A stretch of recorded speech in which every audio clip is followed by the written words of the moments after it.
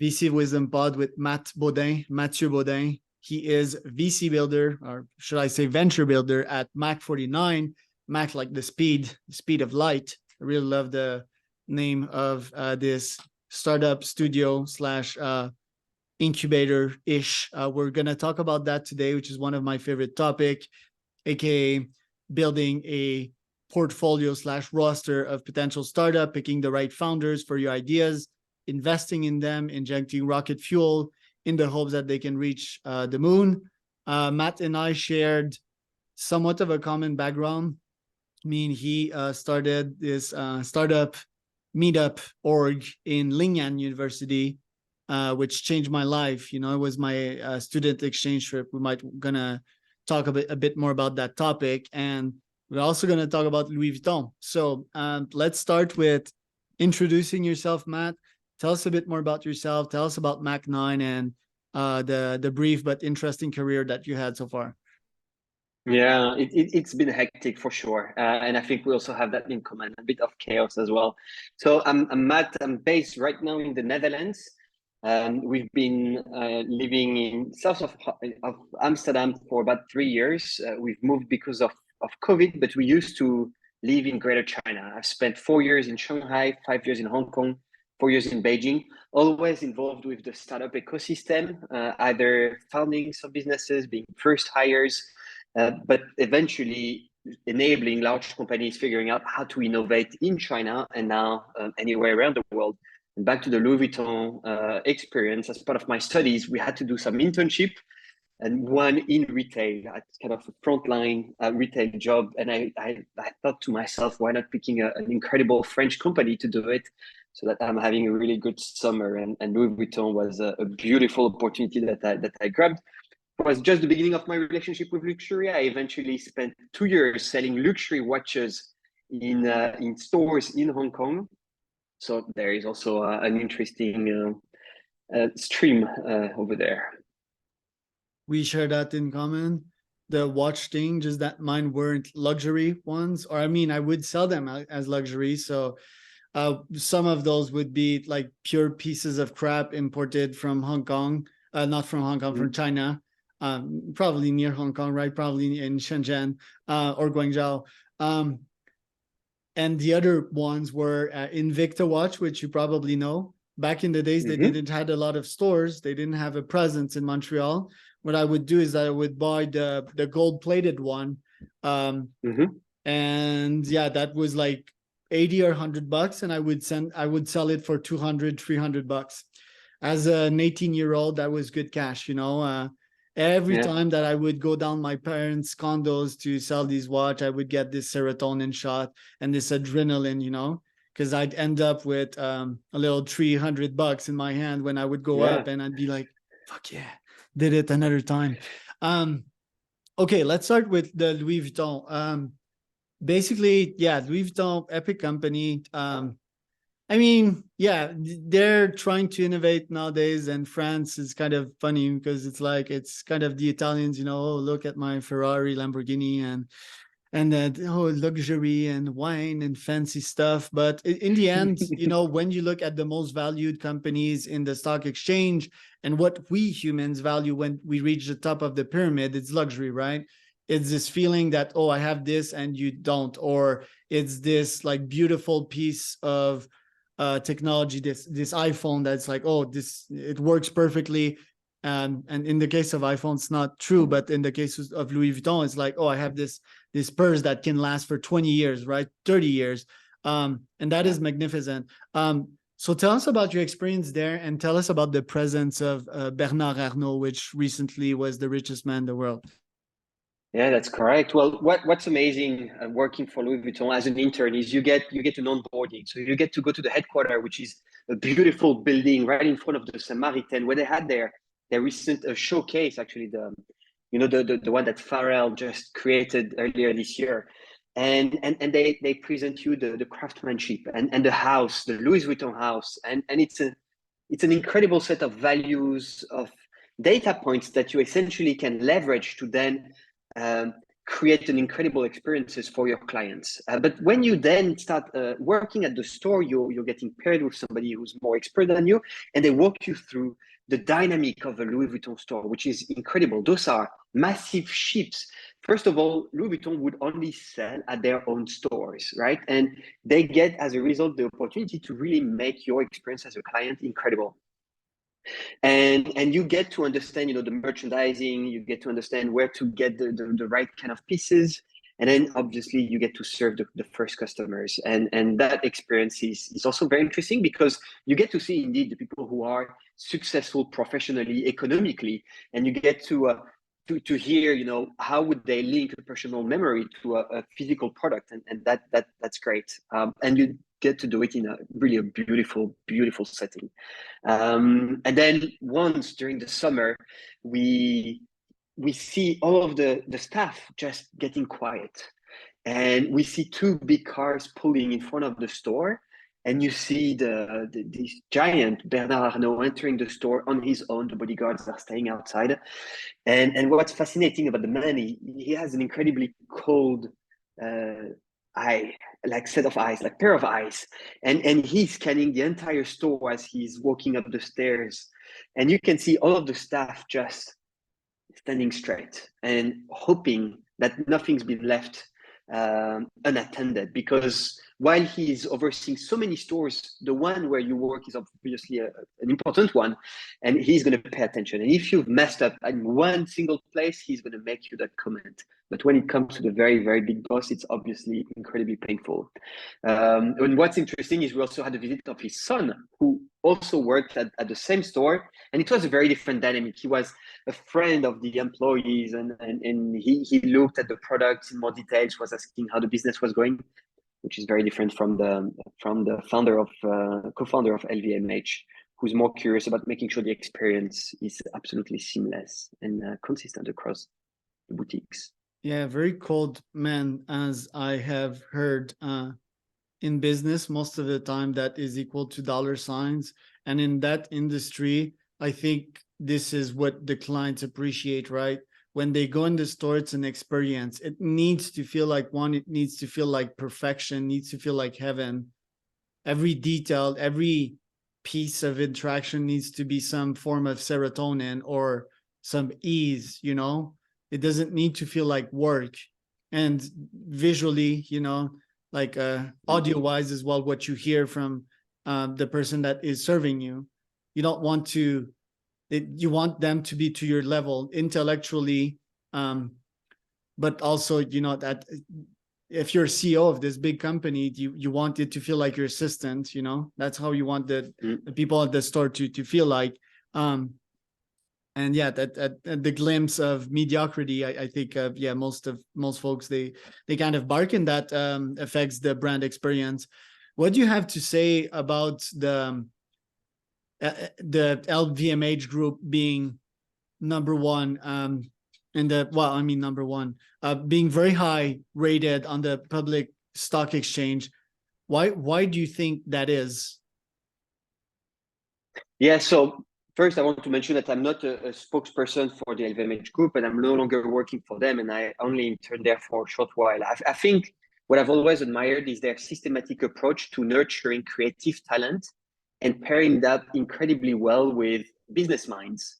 And it's, because it's at the human level, right? Your creative director and then your executive team, it can clash very easily. And if you're looking at the luxury industry, it happened so many times. But LVMH seems to be the organization that figured out how to do it really well at the top, and then employing an incredibly well-oiled machine to open new stores, to roll out marketing campaigns that are incredibly sharp, really properly targeted. And eventually it starts becoming a snowball where all of these efforts start paying off at an incredible scale. And of course, like any entrepreneurs, you have timing, right? I mean, the emergence of China as a country where consumers of luxury are just next level. The US picking up again, these are all creating massive waves on top of which an organization like LVMH can really ride a beautiful journey. It's one of my side projects, or items on the bucket list to start my own luxury brand. Mm. And it is somewhat urgent. Why? Because I think the only way to build a luxury brand is very, very long term. You know, it's constantly adding points to your reputation in terms of quality and just being the best option out there. I'm just not sure why, for example, here I'm in, not why, but what, I'm here in Oaxaca and they have these alebrijes, which is like a wooden sculpture painted by dots, you know, and there's this Jacobo and yeah, I forgot their name, but they're near here and they sell these for 30,000 bucks each, you know, these small wooden sculpture painted by dots. Mm. They recently painted the UFC belt from the Mexican champion. And yeah, Mm-hmm. I think that could be it. A lot of people are trying out the mezcal industry nowadays. Mezcal is picking up traction as a spirit. Do you know about mezcal? I've heard it briefly. I Never haven't tasted tasted, it right? yet. No, So not yet. that would be my opportunity, like Mm. exporting the product in Europe and selling a bottle at like 500 to Yeah. $1,000 per bottle, like a nice crystal shaped bottle or something.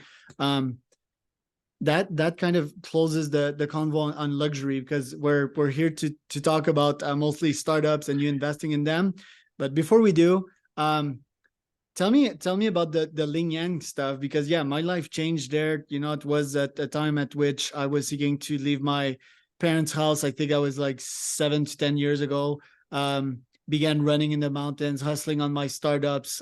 Probably while the time that you had these meetings, I would work 16 hours a day in my startups. Would get to bed at like 5 a.m. because I had to follow the EST time zone. It was a special period of my life. So tell us about that time of your life and segue into the time you spent in China. Yeah, absolutely. So Lingyan University is in Hong Kong. I think they have about 6 or 7 universities in Hong Kong. And back then I was volunteering for an organization called Startup Weekend, which is owned by Techstars. And we started seeing that excitement around initiating your own project within 2 days. Startup Weekend is a 2 day and a half event where you take 80 strangers, you put them in the room, and with a bit of methodology and a lot of excitement, the hope is they'll be able to create teams and eventually launch new projects. And we saw that rapid fire taking over Hong Kong, and we started running startup weekends in universities, in high schools, for large companies, but universities including Lingnan University.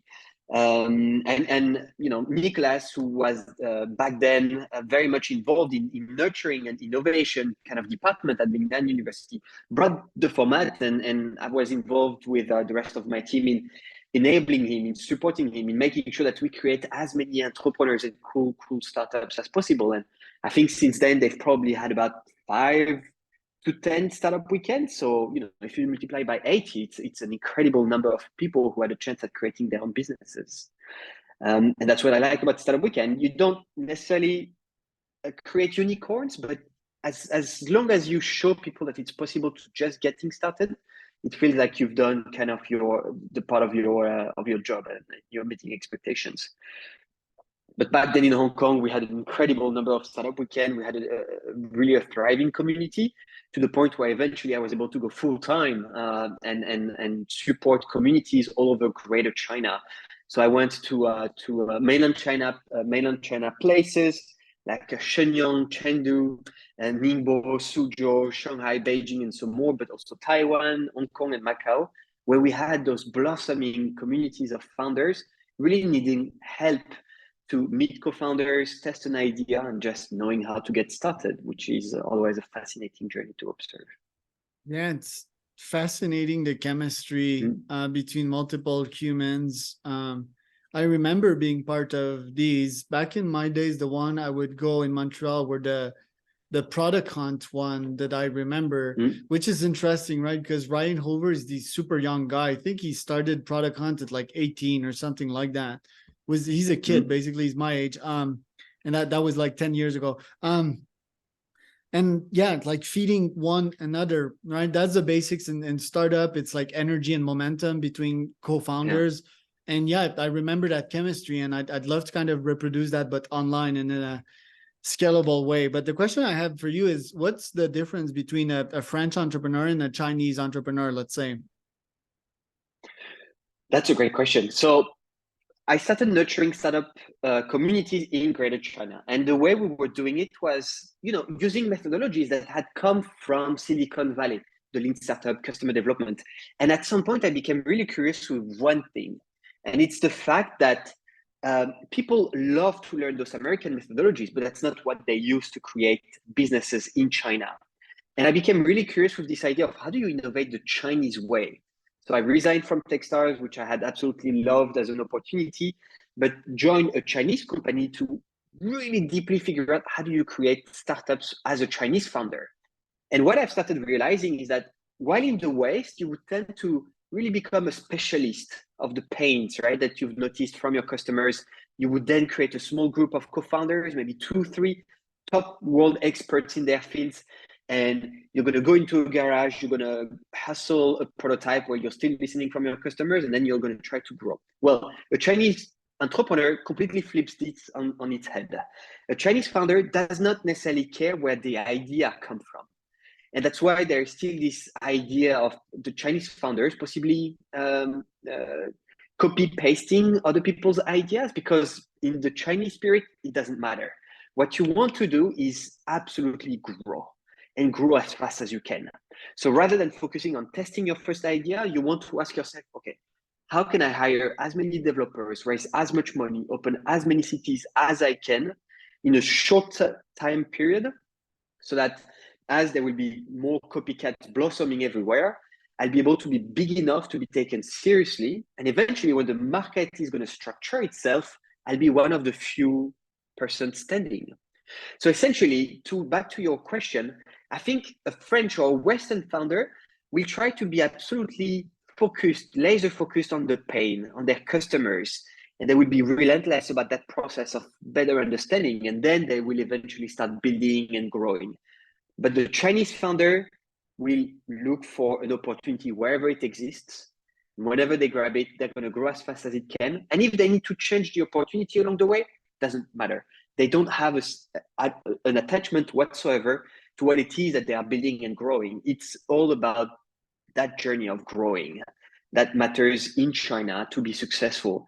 And that has a bunch of consequences for the ecosystem, for the methodologies, for what you're talking about. But it's definitely a radical approach to entrepreneurship, essentially. Wow. I guess you also left China because of COVID in 2020. Is that right? Yeah, that's correct. So How did you live I that? had been about I had been about 6 to 7 months at this new role for the Chinese company. Then COVID hit, and in China everything's on WeChat, right? So we were part of WeChat communities, and nobody really knew what was going on. And eventually, we were about to go on a trip for Chinese New Year, which, as you know, it's literally half of the country from the coast going back to their hometown in the middle of China.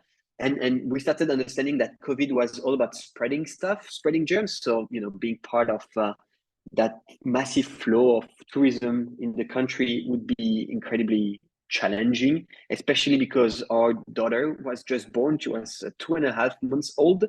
So it didn't feel like good parenting to travel. So we decided to move to Europe for a couple of weeks while COVID was meant to go down, which it didn't. So I went back to China. And in the meantime, the Chinese government said, well, if you're not Chinese, you won't be able to come back. So my wife and my toddler were in Europe. I was in China. And we've realized that we might be stuck. So essentially, within a weekend, we had that conversation, and we decided to pack, 9 years for my wife, 13 years for me of Greater China life, and move to Europe, which we were just discovering. And as you can imagine, it was brutal. We had zero networking in Europe. My wife is Dutch, so that's why we picked the Netherlands. But we had no job lined up. We had just resigned, or all of our stuff were, in containers. They were meant to arrive a few months later. And we had this incredible, beautiful toddler of ours for which we had to be good parents. So that was a little intense. Thankfully, with the great help of the Techstars network and Dennis, I was able to find a cool role as the CEO of a clean tech startup in the Netherlands. And that really kicked me to a better trajectory. But man, that was brutal. How was your COVID stuff? I'm sure you have also a crazy It story was about it. nothing near that, like it was super nice actually. I mean, we were in Mexico, so it was the only country in the world that didn't really lock down. So we were Mm, nomads back then, and we would travel the world. So obviously, we had to put an end to that, and we're like, okay, from now on, we're gonna be nomads, but in Mexico. So we're gonna explore a bunch of places in Mexico. So we stayed in this place called Cuernavaca. We had the pool, the gym. So they closed down the pool, then they closed down the gym. But even then, it was pretty cool. We had our little balcony with like a beautiful garden, and my wife was making TikTok videos back then. Some of them got like 1 million, 2 million views. So we remember them as good time. We'd order food, and it was normal life. But I do remember like going to the center of the city one day, and they literally closed down the center of the city. So we mm, walked there, and there was like emergency tape everywhere. It was like post-apocalyptic, and we're like, okay, so like, yeah, it's hitting. But I mean, yeah, nothing. I mean, the only stressful thing was that my clients back then at this time were realtors. I was like selling lists to them of potential prospects and so forth. I was doing like list building, still in the lead gen field. That was one of mm, my main business. And the Quebec government was like, yeah, realtors can no longer visit houses anymore. No more house visits. So for like a week or 2 or 3 weeks, people were like, yeah, we're gonna kind of pause our activity with you, Charles, until we know what's happening. So like longer sales cycles. So but fortunately that led me to take a jump. Like life is taking uncomfortable jumps. So yeah, on the short term you're uncomfortable, but most of the stuff that we're doing is like not scalable, so you need to make these jumps anyways to grow better sooner or later. And I took the jumps to kickstart some of my new businesses, namely not targeting realtors, targeting SaaS and targeting marketing agencies and internationally. And yeah, since then life has been pretty good, but nothing near like what you live. mm. That must have been quite challenging. I'm pretty sure you grew out of it, as we do, like you grew some muscle out of the muscle breaking. um but yeah, that was interesting times. The venture studio that you're part of nowadays, Mach 49, like what do you guys do specifically? What can we learn from that? Yes. So what we do is we take the methodologies that you've heard of, the lean startup, the customer development, but we do it at a rigorous level. And why we are often compared to consultants, we don't really see ourselves as consultants. We want to be co-founders of the venture that we are building with the employees of our clients. We also coach them, we also bring our expertise, but we know nothing of their industry and we don't intend on giving them any advices whatsoever. We work alongside them. But what's very different about Mach 49 compared to my previous innovation roles was that rigorous approach to customer development. We do 150 to 200 interviews. We transcribe them. We collect the notes in Able, in Miro, that are all super well integrated. So we understand the insights properly, and that gives us chances to create really impactful and meaningful business opportunities that we then pitch to the board members of our clients with an intense conviction. Because when 150 to 200 of potential customers in your industry are telling you something, it has a lot more weight than kind of data and statistics that you might find online randomly. And because of that rigorous approach, it makes us really confident. It's a great learning process for the employees of our clients.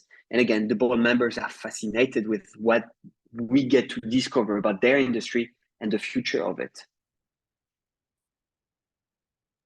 How do you pick your startup ideas? How do you keep up to trends and know where there's a potential product market fit at the moment? Yeah, it's a great question. So we typically start from the big, hairy questions that the board members have, right? So typically, what's going to be the impact of decarbonization on my industry?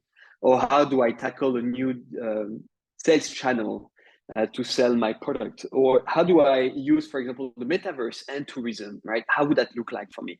So we take those very broad ideas that we then start untangling with the team. We make assumptions that we test with all of those many interviews.